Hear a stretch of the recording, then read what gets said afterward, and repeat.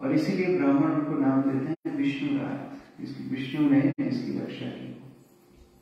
और जन्म लेने के बाद महाराज युधिष्ठिर ब्राह्मणों से पूछते हैं कि बालक किस प्रकार होगा, इस बालक के गुण कैसे होंगे। हम लोग भी पूछते हैं कितना बड़ा बिजनेसमैन बनेगा विदेश की यात्रा करेगा कि नहीं।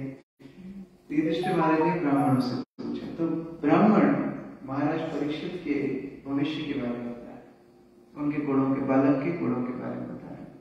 तो उसी श्रृंखला में यह श्लोक चल रहे हैं, श्लोक संख्या 25। धृत्या बलि समाकृष्णे रिपीट करते हैं। अच्छा, धृत्या बलि समाकृष्णे प्रहरादिव सद्ग्रहा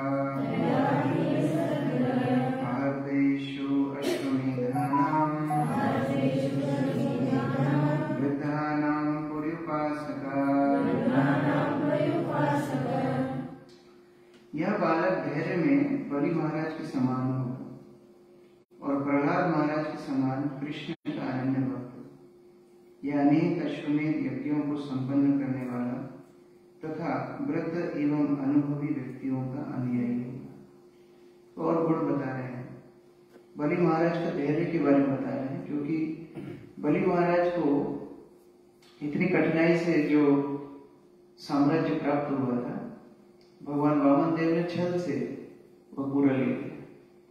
3 पग मांगे थे और जो ऑर्डर दिया था वो सप्लाई किया नहीं।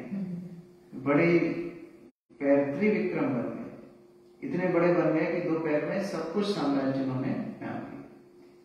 और फिर तीसरे पग की मांग करने लगे और बलि महाराज को बंदी बना दिया। बोलते हैं एक तो चोरी ऊपर सीना चोरी।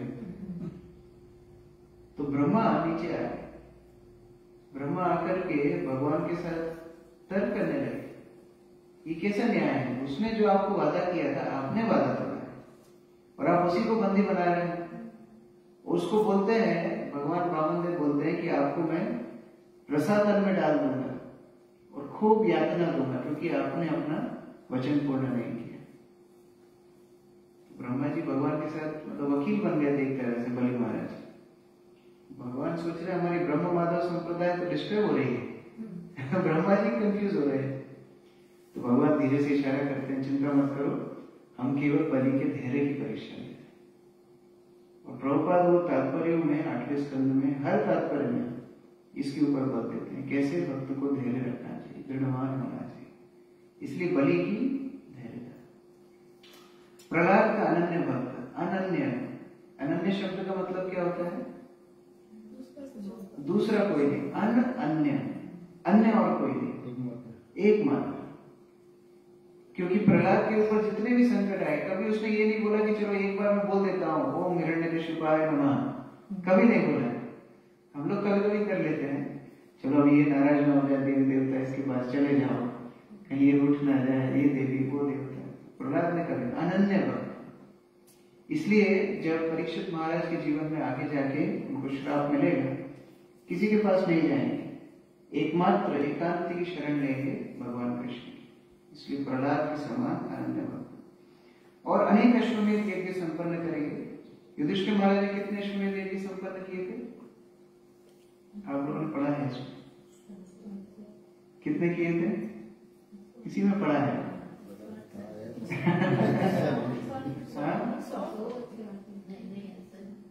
3 अश्वमेध यज्ञ किए। और भागवत में बताया है कि इंद्र जो 100 अश्वमेध यज्ञ करते हैं, उनका ऐश्वर्य भी युधिष्ठिर के सामने फीका पड़ गया। जो युधिष्ठिर ने 3 यज्ञ किए थे, लेकिन उनमें अंतर क्या था? इंद्र ने 100 यज्ञ किए थे खुद के लिए, युधिष्ठिर ने यज्ञ किए थे भगवान की प्रसन्नता के। इससे क्या शिक्षा मिलती है कि अगर हम थोड़ा भी कुछ भगवान की सेवा के लिए करते हैं, वो देवी देवताओं के स्तर से भी ऊपर निकल जाता है। तो इस प्रकार यह अश्वमेध यज्ञ करेगा और इतना सब करने के बाद भी यह अहंकारी नहीं होगा, वृद्ध तथा अनुभवी व्यक्तियों को पालन करेगा, उनसे सलाह मशवरा।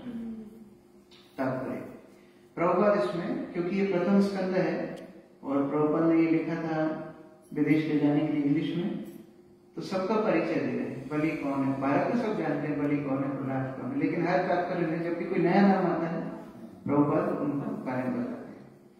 बलि महाराज, यह भगवान की भक्ति के 12 अधिकारी महाजनों में से एक है। ये भक्ति के अधिकारी महान इसलिए बने क्योंकि भगवान को प्रसन्न करने के लिए इन्होंने सर्वस्व न्यौछावर कर दिया था और अपने तथाकथित गुरु के संबंध विच्छेद कर लिया था। तो बलि महाराज जन्म से महाजन नहीं थे। ऐसा नहीं है कि उनको कोई पदवी में महाजन मिला हो, ऐसा नहीं था। उनके गुणों से वो महाजन बने, क्योंकि जब संकट का समय आया तो सर्वस्व भगवान को समर्पण किया। यहां तक कि गुरु जिन शुक्राचार्य ने बलि को जीवन दान दिया था, हमें कोई बीमारी हो जाए और कोई इलाज ना कर पाए, फिर कोई एक ऐसा वैद्य मिल जाए जो बिल्कुल बीमारी ठीक कर दे, तो उसके लिए कितने ऋणी होंगे। बलि को देवताओं ने मार दिया था, खत्म, डेड बॉडी पड़ी हुई थी। शुक्राचार्य ने संजीवनी विद्या से उनको पुनः जीवित किया। तो जिसने जीवन दान दिया उसके प्रति कितने ऋणी होंगे। मानो पुनः कुछ आक्रमण होगा और बलि को मरना पड़ेगा तो कौन बचाएगा? शुक्राचार्य। तो शुक्राचार्य का त्याग कर दिया भगवान के लिए। इसका मतलब क्या है? एक तरह से अपने प्राण न्यौछावर कर दिया। जो प्राण दे सकता है दोबारा उसको ही त्याग कर दिया। यह भगवान के प्रति उनका समर्पण था, इसलिए वह महाजन बने। क्योंकि गुरु ने भगवान की सेवा में सर्वस्व न्यौछावर करने में बाधा उत्पन्न की थी।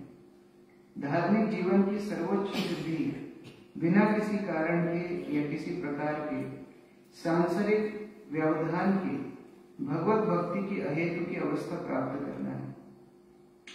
ये प्रेम परमार्थ महान जीवन की सर्वोच्च सिद्धि क्या है? कृष्ण प्रेम प्राप्त करना। हम सुबह रोज बोलते हैं कि अभिष्ट सिद्धि प्राप्त हो। अभिष्ट सिद्धि क्या है? कृष्ण प्रेम। बलि महाराज भगवान को प्रसन्न करने के लिए, सर्वस्व त्याग करने के लिए कृत संकल्प थे और उन्होंने किसी प्रकार की अड़चन की परवाह नहीं की। यह भक्ति के अनन्य प्रमाणिक अधिकारी महाजन प्रहलाद महाराज के पौत्र थे। बलि महाराज तथा विष्णु वामन देव के साथ उनके व्यवहार की कथा श्रीमद् भागवत के 8वें स्कंद में वर्णित है। प्रहलाद महाराज बलि के दादाजी थे। प्रहलाद का बेटा विरोचन और विरोचन का पुत्र बलि। प्रहलाद महाराज वे भगवान कृष्ण विष्णु के परम भक्त थे। अभी वे केवल 5 वर्ष भगवान होने की उन्हें कठोर दंड दिया। यहां तक कि प्रहलाद के गुरु कौन है?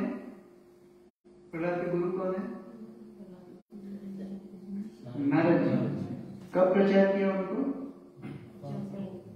गर्भ में। जब माता के गर्भ में थे तो कयाधु को कथा सुनाते थे। हिरण्यकशिपु तपस्या करने के लिए गया था और देवता कयाधु को मारना चाहते थे। तो नारद मुनि ने कयाधु को बचाया और अपने आश्रम में लेके गए। वो भगवत कथा सुनाते थे।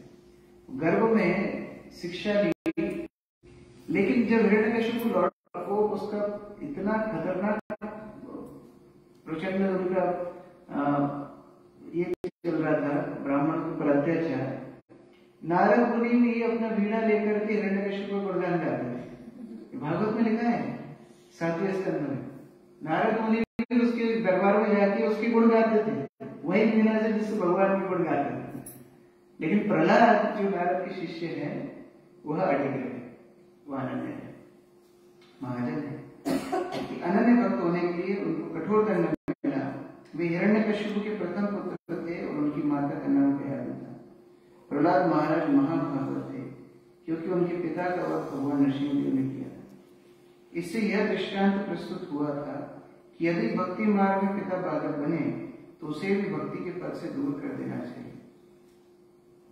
उनके 4 पुत्र थे। उनके सबसे बड़े पुत्र विरोचन के पुत्र के रूप में बलि महाराज हुए, जिनका वर्णन ऊपर किया गया है। प्रहलाद महाराज के कार्यकलापों का वर्णन श्रीमद् भागवत के 7वें स्कंद में मिलता है। श्लोक संख्या 26। कृपया दोहराइए। राजर्षिणां जनहिता शासस्ता च उत्पतगामिनां निगृहीता कलेरेषा भुवो धर्मस्य कारणात् यह बालक ऋषि तुल्य राजाओं का पिता होगा। विश्व शांति तथा धर्म के निमित्त ये मर्यादा तोड़ने वालों तथा उपद्रवकारियों को दंड देने वाला होगा। तो जिस प्रकार राजा पूरे समाज का पिता होता है, उस प्रकार ये पूरे समाज का संरक्षण होगा। और राज ऋषियों का पिता होगा। राज ऋषि मतलब जो इनके अधीनस्थ बाकी राजागण होंगे, वो भी धर्मात्मा होंगे, वो भी राज ऋषि होंगे, और इनको ये संरक्षण प्रदान करेंगे। और जो उपद्रवकारी होंगे उनको दंड देंगे। जैसे कि आगे हम देखेंगे 17वें 18वें अध्याय में कैसे कली को दंड दिया महाराज परीक्षित ने। ये सब आगे आने वाला है। तात्पर्य, संसार में सबसे विचक्षण व्यक्ति भगवान का भक्त होता है। ऋषिगण प्रज्ञावान व्यक्ति कहलाते हैं और ज्ञान की विविध शाखाओं के लिए भिन्न भिन्न प्रकार के प्रज्ञावान व्यक्ति होते हैं। अतएव जब तक राजा या किसी राज्य का अध्यक्ष सबसे बुद्धिमान व्यक्ति नहीं होता, तब तक वह राज्य के सभी प्रकार के बुद्धिमान व्यक्ति को वश में नहीं रख सकता। आजकल के नेता कैसे होते हैं? अंगूठा छाप, सेक्रेटरी उसको बताता है क्या क्या करना है। लेकिन प्रभुपाद क्या बोल रहे हैं? जब तक वो सर्वोच्च बुद्धिमान व्यक्ति नहीं होगा, बाकी बुद्धिमान व्यक्ति उसकी बात क्यों मानेंगे? इसीलिए राजा को सर्वसंपन्न होना चाहिए शिक्षा में। महाराज युधिष्ठिर के कुल की राजसी परंपरा से सारे राजा बिना किसी अपवाद के अपने काल के सर्वाधिक विचक्षण व्यक्ति थे। और ऐसे ही भविष्यवाणी महाराज परीक्षित तथा उनके होने वाले पुत्र महाराज जन्मेजय के विषय में की जा रही है। ऐसे प्रज्ञावान राजा ही मर्यादा तोड़ने वालों को दंड देने वाले तथा कली अर्थात झगड़ालू तत्वों के विच्छेदक बन सकते हैं। लेकिन जब आप दूसरे के ऊपर निर्भर करते हैं तो आप उसको दंड नहीं दे सकते। राजा क्यों बड़े बड़े व्यापारियों को दंड नहीं दे पाते हैं? नेता क्यों नहीं दे पाते? क्योंकि उनसे की फंडिंग आती है। क्यों बड़े बड़े इन्फ्लुएंशियल लोगों को कुछ नहीं सजा होती है? क्योंकि उनसे तो कोई स्वार्थ है। कई जो उनको टेक्निकल गाइडेंस देते हैं या सेक्रेटेरियल एम्प्लॉय बड़े बड़े घोटाले करके आते हैं, फिर नेता कुछ नहीं बोल सकते। क्यों? उनका सपोर्ट चला जाएगा। तो इस प्रकार राजा किसी को दंड नहीं दे सकता। लेकिन जो खुद संपन्न हो, जिसकी बुद्धि तीक्ष्ण हो, जो खुद समर्थवान हो, जिसके पास शक्ति हो, ऐसा राजा दूसरे को दंड दे सकता है। तो इस प्रकार परंपरा में महाराज परीक्षित आने वाले हैं। जैसा कि अगले अध्यायों में स्पष्ट हो जाएगा, महाराज परीक्षित मूर्तिमंत कली का वध करना चाहते थे, क्योंकि वह शांति तथा धर्म का प्रतीक गाय को मारने का प्रयत्न कर रहा था। कली के 4 लक्षण हैं: सुरा, स्त्रियां, दूध कीड़ा तथा कसाई। सुरा मतलब मदिरापान, नशा, चाय बीच में आती है। स्त्रियां पुरुषों के लिए स्त्रियां, स्त्रियों के लिए पुरुष, अवैध संबंध। दूध कीड़ा तथा कसाई घर। समस्त राजाओं के बुद्धिमान शासकों को चाहिए कि वे महाराज परीक्षित से शिक्षा ग्रहण करें कि किस तरह उन मर्यादा भंग करने वालों का तथा उपद्रव करने वालों का दमन करके शांति तथा नैतिकता स्थिर रखी जाती है। जो सुरा, सुंदरी, दूध कीड़ा और नियमित रूप से चलाए जा रहे कसाई घरों से मिलने वाले मांस का सेवन करते हैं। इस कलयुग में कलह उत्पन्न करने वाले इन विभिन्न विभागों को चालू रखने के लिए लाइसेंस दिए जाते हैं। मदिरा के लिए लाइसेंस होता है। मैं कल हम लोग गए थे शिव जी के मंदिर दर्शन करने के लिए। पूरे रास्ते में पहाड़ी के ऊपर लिखा हुआ शराब 200 मीटर, शराब 150 मीटर लिखा आपने? देखो ये अवस्था है, क्योंकि लोग चाहते हैं कि किसी की बुद्धि ऊपर ना जाए। जब हम नशा करते हैं तो क्या होता है? बुद्धि स्थिर हो जाती है। कोई अपने सामान्य दशा में नाली में पड़ा रह सकता है? नहीं, शराब पी के पड़ा रहता है। मतलब क्या है? उसकी बुद्धि स्थगित हो गई। जब कोई मांस खाता है तो अत्यधिक उसके अंदर उत्तेजना आती है, फिर वो इंद्रिय भोग करना चाहता है, तो अवैध संबंध बनाता है। फिर अवैध संबंध इंद्रिय भोग करने के लिए उसको पैसा चाहिए, तो गलत व्ययों से वो धनोपार्जन करता है, दूध कीड़ा करता है। ये सब एक दूसरे से लिंक्ड है। लेकिन अगर हमें अच्छे समाज की सृष्टि करनी है तो इन 4 वस्तुओं को रोकना होगा। कोरोना में मंदिर बंद रहे लास्ट तक, लेकिन शराब की दुकानें सबसे पहले, क्योंकि समाज में एक दूसरे को लोग और भौतिकवादी घट्टे में धकेलना चाहते हैं। तो ऐसे राज्य में शांति तथा नैतिकता की आशा किस तरह हो सकती है? अतएव राज्य के जनकों को भगवान की भक्ति द्वारा अनुशासन को भंग करने वालों को दंड देकर तथा कलह के लक्षणों को उन्मूलन करके चतुर बनने के सिद्धांतों का पालन करना चाहिए। यदि हम प्रज्वलित अग्नि चाहते हैं तो सूखे ईंधन का प्रयोग करना पड़ेगा, क्योंकि प्रज्वलित अग्नि तथा गीले ईंधन का मेल नहीं हो सकता। ये उदाहरण क्यों दे रहे हैं प्रभु? इधर कहां से उदाहरण आ गया?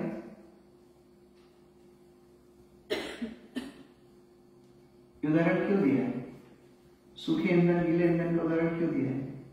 4 नियम की बात चल रही है ना, ये कहां से आ गया?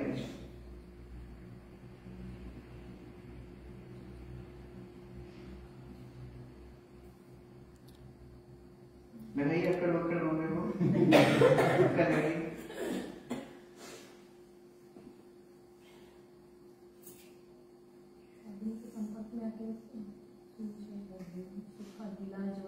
हाँ, वो अग्नि क्या है? अग्नि किससे कंपेयर किया है?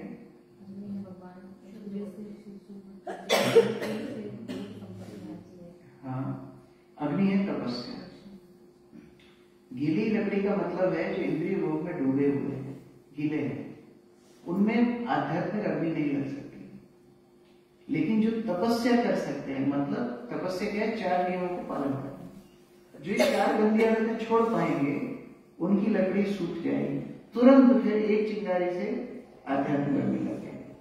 क्यों भक्ति प्रज्वलित नहीं होती है? क्योंकि ये 4 नियम लोग पालन नहीं करते। जब ये 4 नियम पालन करेंगे, प्रभुपाद जाके सबसे पहले यही बताया, अमेरिका जैसी जगह 4 नियम जो पालन किए, भगवत नाम ले पाए, भगवत संग ले पाए, शुद्ध बन गए। इसलिए प्रभुपाद उदाहरण दे रहे हैं यहाँ, गीली लकड़ी और सूखी लकड़ी।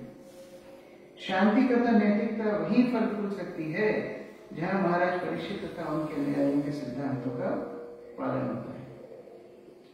एक और श्लोक पढ़ते हैं। तस्यात् आत्मना मृत्युम द्विजपुत्रोपसर्जिता प्रवसस्य उपश्रुत्या मुक्तसंगापदं हरे। वह ब्राह्मण पुत्र के द्वारा भेजे गए तक्षक नाग के डसने से अपनी मृत्यु होने की बात सुनकर समस्त भौतिक आसक्ति से अपने आप को मुक्त करेगा, भगवान को आत्मसमर्पण करके उन्हीं की शरण ग्रहण करेगा। ऐसा कोई जन्म के समय बताता है? कभी ऐसी बात कभी कोई बताता है? तो ब्राह्मण लोग ऐसे क्यों बोल रहे हैं? मान लो आपके घर में कोई इस तरह बच्चा हो, आपने ब्राह्मणों से भविष्य पूछा, वो बता दे इसकी मृत्यु ऐसे होगी, आपको अच्छा लगेगा सुन के? वो सब बताते हैं, नहीं मृत्यु नहीं बताते। तो यहाँ क्यों बता रहे हैं? यहाँ क्यों बता रहे हैं?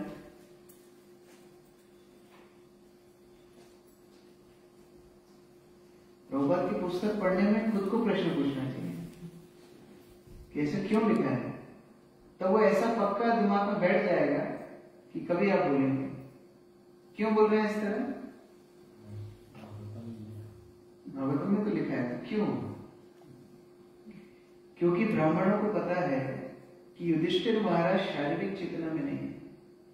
उनके लिए मुख्य बात क्या होगी, खुशी की बात क्या होगी कि ऐसी कठिन परिस्थिति में भी परीक्षित ने भगवान के एकांतिक शरण ली, तो और खुश होकर के और ज्यादा दान देंगे। उनके लिए तक्षक वगैरह वो मुख्य बात नहीं है, वो तो मरना तो सबको ही है, लेकिन उनकी खुशी की बात क्या है कि ऐसी भीषण परिस्थिति आएगी और ये बेटा, ये परीक्षित, ये बालक आत्मसमर्पण करेगा भगवान के ऊपर। ये मुख्य बात। ये सुन के महाराज युधिष्ठिर गदगद हो गए सुन के, ऐसा हमारा पोता है, इस तरह के अंदर लक्षण है, ये खुशी की बात।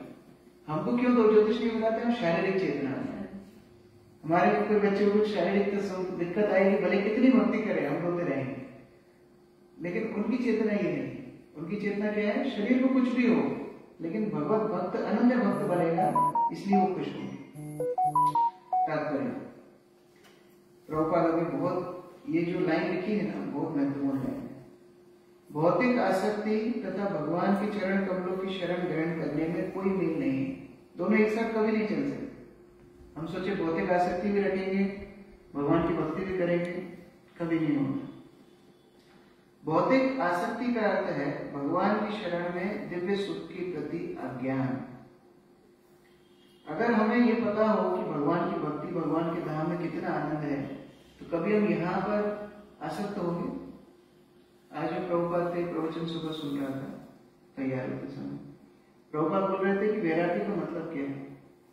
वैराग्य का मतलब है जैसे मानो आपने हाथ में कोई बड़ा सा सामान पकड़ रखा है, मानो कचरे का डब्बा उठा के जा रहे हैं और रास्ते में आपको कोई बोले कि ये 1 लाख रुपए है इसमें बैग में, ये बैग ले लो, तो आपको क्या करना पड़ेगा?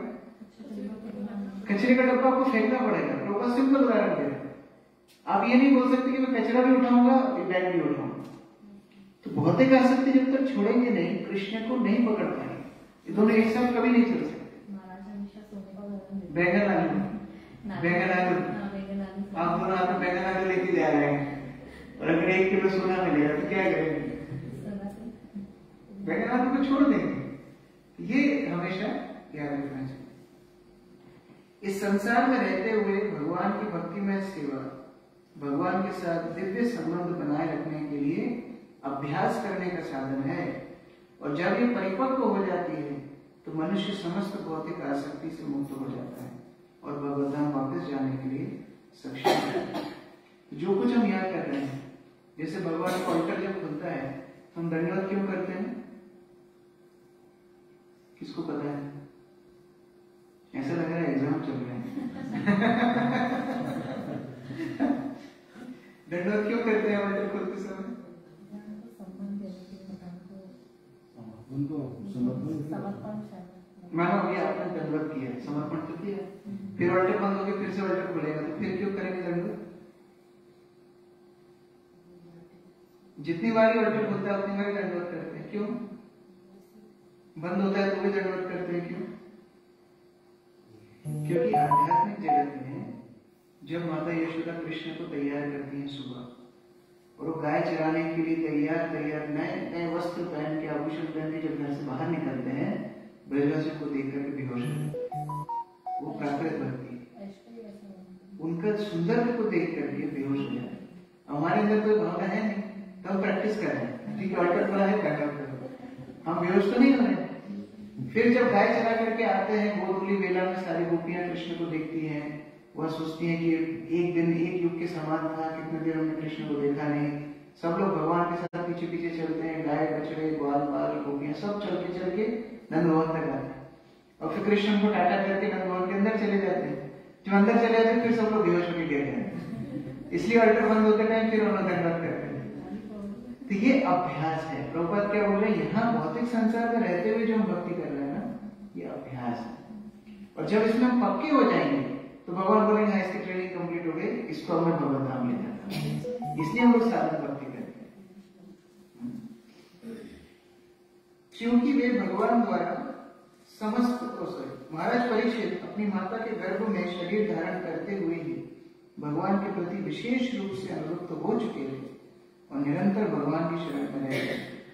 ब्राह्मण पुत्र द्वारा दिए गए श्राप के 7 दिन के भीतर अपनी मृत्यु की तथाकथित चेतावनी उनके लिए वरदान थी, क्योंकि इससे वे भगवत धाम जाने की तैयारी कर सकते थे। क्योंकि वे भगवान द्वारा सदैव ही रक्षित थे, अतएव यदि वे चाहते तो भगवत कृपा से इस श्राप के प्रभाव से बच सकते थे। लेकिन उन्होंने बिना किसी कारण की भगवत कृपा का अनुपयुक्त लाभ उठाना पसंद नहीं किया। प्रत्युत उन्होंने इस नुकसान के सौदे का सर्वोत्तम लाभ उठाया। उन्होंने लगातार 7 दिनों तक उपयुक्त पात्र से श्रीमद् भागवत सुना और इस तरह वे भगवान के चरण कमलों का आश्रय प्राप्त कर सके।